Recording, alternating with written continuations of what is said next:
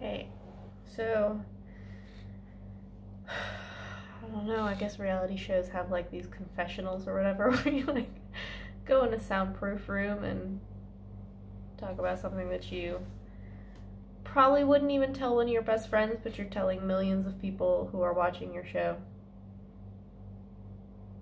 I guess this is kind of in line of like mental health awareness, and I don't really like sharing myself in vlogs in terms of like, oh, I'm like such a open book, I'm like such an extrovert. I am not, but I believe wholeheartedly that we all feel similar things. We might have different reasons for why we feel those things, but I don't think we're ever really alone in the things that we feel. And sometimes by talking about it, it helps someone else, even if it doesn't really help you. And I think that's kind of a, not really responsible, but like a beautiful thing to do, is to reach out to that person who maybe is like, oh shit, I'm not alone in this, because I know I'm not alone in this. I thoroughly believe that other people feel these things. So in talking about this, this is not a like, oh, I hope someone feels the same way. I know someone feels the same way, and I'm sorry if you feel the same way, but this is, I guess, the great responsibility of sharing the fact that I feel this. So, I'm a person who feels a great deal of shame. Like, it's a complex. Like, it's something that I've had my entire life, and it's very, very strong. And it shows itself a lot. Like, it likes to show up in lots of different ways. So today I had this really rough experience in my training, which is that I'm someone who has 260 plus fights. I'm experienced in the fight game. I'm way less experienced at sparring because I'm a woman, and in gyms oftentimes if you're a woman and you're very small and you fight a lot, every reason why I haven't gotten the kind of sparring that I've wanted and that other people have had access to. I have much more experience fighting than I have with sparring. I went through many years in my training in trying to get any kind of sparring, kind of getting the like get tough sparring. I've had that. I don't think I'm at the place anymore in my development where I need that so much. It doesn't mean that I never should experience that, but I definitely don't need it. Today was one of those like get tough sparring sessions, and I don't fucking need that. So what happened is I was sparring with someone who's significantly bigger than me. We're talking like 20 kilos, not 20 pounds, 20 kilos bigger than me, taller, bigger, more reach, totally comfortable in their own style and space, evasive, all these things that someone like me has absolutely no ability to like get in and get anything on that. It would be like me sparring with a like 8-year-old or something, and then performing like I'm doing some kind of amazing thing. You can be better than someone. Like, I know he's better than me, that's fine, but you don't have to like be so over. You don't gotta be so extra when you're already that much bigger and better. Take also into this, I am incredibly sensitive right now. I am like, we've soaked this entire house in gasoline, let's try not to smoke near it, kind of sensitive. So I was already set up for a situation being difficult. I'm sparring with this guy who's kind of being a dick. Given how much bigger he is, he's kind of being a dick. He's not being a dick in his like attitude, like this is a nice dude, I trust him, he's not going too hard, he's not hurting me, but his like, you can't even touch me being over in the performance was just, for me today, too much. So it's round 2, and I decide this is too much for me today. I'm actually getting gyron, like I'm getting upset, like mad, which is not something I need to practice. One does need to practice not going in that direction. That is a very valuable thing to practice, and it is something I have practiced. in my career, I felt myself going in that direction and just did not have the resources to handle that. And so I basically was just like, we're done. Like, we're done here. I actually took my gloves off, like, while he was standing there looking at me like, what the fuck is going on? And I'm just like, we're done. Before I left, I said thank you to my trainer, and I gave the guy like a fist bump handshake, like, thank you for working with me today, and I left. So I was not like a total, like, ripping my gloves off, storming out of the gym. That was not what Sylvie did, even though that's kind of how I felt, but that's not what I actually did. But as I was leaving, like maybe 4 minutes later, as I was driving home, I had this immediate regret and like shame in the way that I handled it, which was, I felt okay now. Like, I felt like I could totally just gear up and like control myself and get back into this, and I had not given myself that opportunity because I decided to do the like, fuck you guys, I'm taking my toys and I'm going home kind of thing instead, which is at times a valid response, but at the same time it has repercussions for like how you deal with something when you're leaving. I didn't insult anybody, I was not really rude, I didn't kill anybody, I was not mean to anybody, I didn't hurt anybody. I was just like, this is not working for me, I'm gonna go. And I said thank you as I was leaving. So in terms of like how bad it could have been, it was actually not that bad.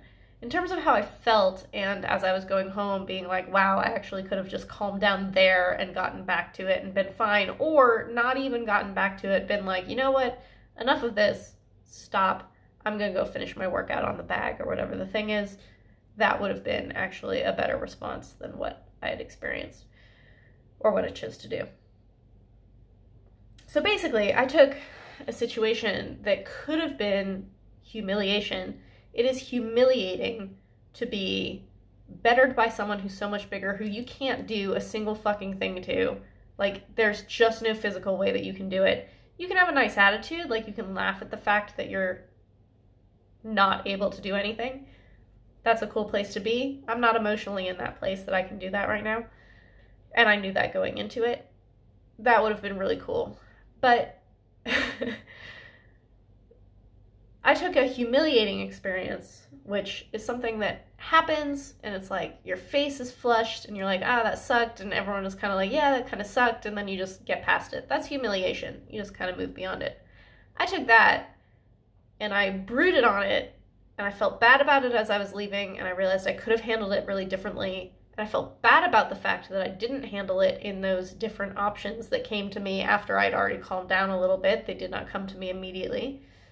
And I turned that into a nice little ball of shame that I got to carry with me and take with me and feel really shitty about and come home and cry about for a long time. And that kind of sucks.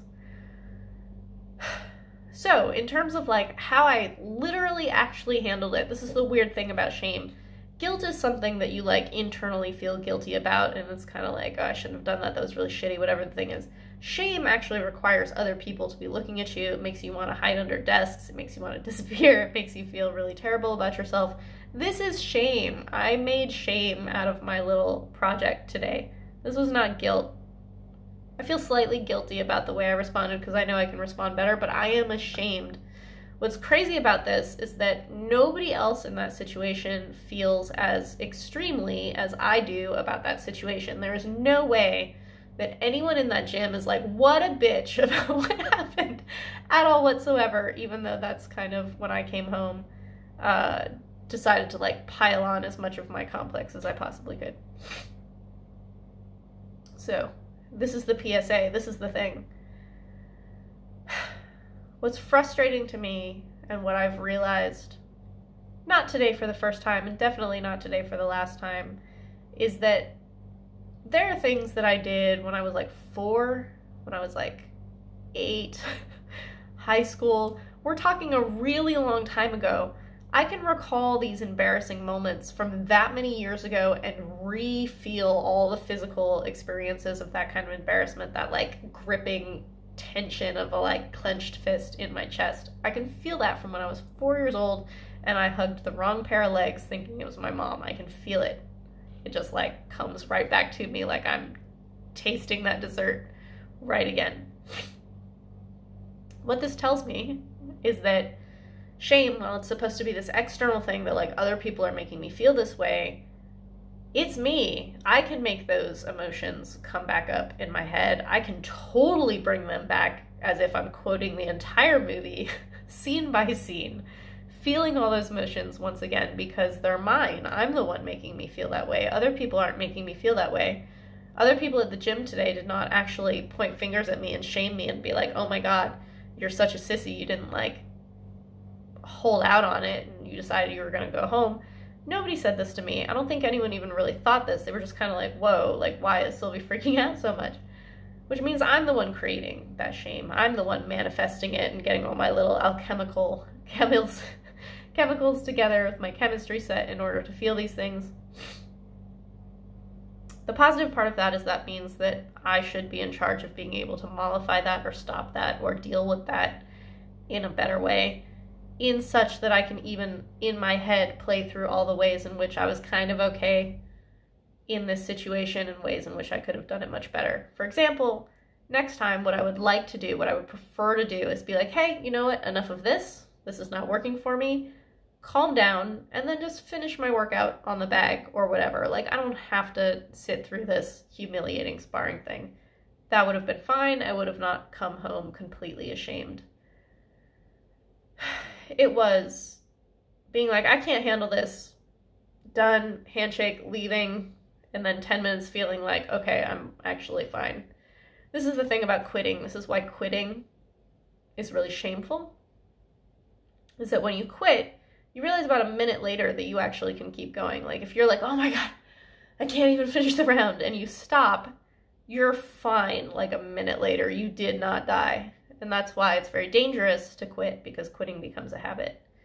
So while there are many ways in which I feel that I was correct in my response today, I do not need greater humiliation training. I do not need toughen up training.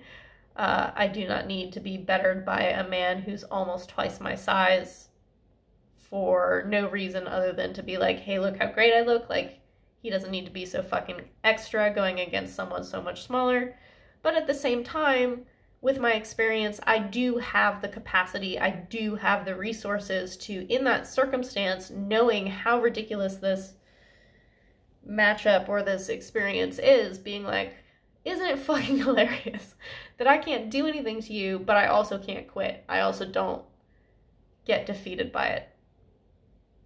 That's something that I'm also capable of, and something that today I did not practice.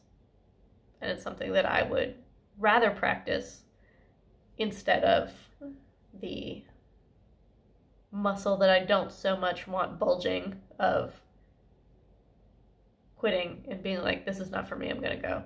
I am happy that I thanked my trainer and, you know, bumped hands, shook hands with my training partner who was being kind of a dick. I am happy about that, but I'm not happy about the way I came home and basically locked myself in the bathroom and cried for like 20 minutes. I could do better than that. That would be something that I don't necessarily need to do. So, for any of you who have experiences that are anywhere near that, even if you're not as bad as what I did, even if you're worse than what I did, it's okay. This is part of the learning process. There are many things that come with you into the ring. That includes the training ring, that includes the ring that you fight in. You don't get to just clear your head and like none of that shit comes with you. You are you. And the way you do anything is the way you do everything. So working on yourself holistically, working on what you're capable of and where you're at right now is one of the greatest gifts that you'll ever give to yourself. There's no point, I don't think, in your life or in your fighting career where you're just like, oh, I'm done with that. I don't do that anymore. Unfortunately, I don't think that actually exists. That might be one of the fairy tales we tell ourselves, that you just reach a certain point, they give you a belt. You have a certain number of fights and now you don't actually get upset about things. That's not really what happens. My shins don't hurt anymore. You could like go at them with a hacksaw. Physically, there are things like that, but emotionally, there are things that just get kicked back up and recycled and recycled and recycled. And the way that you handle them this time does not mean that's the way you handle them every time. And when you know better, you can be better.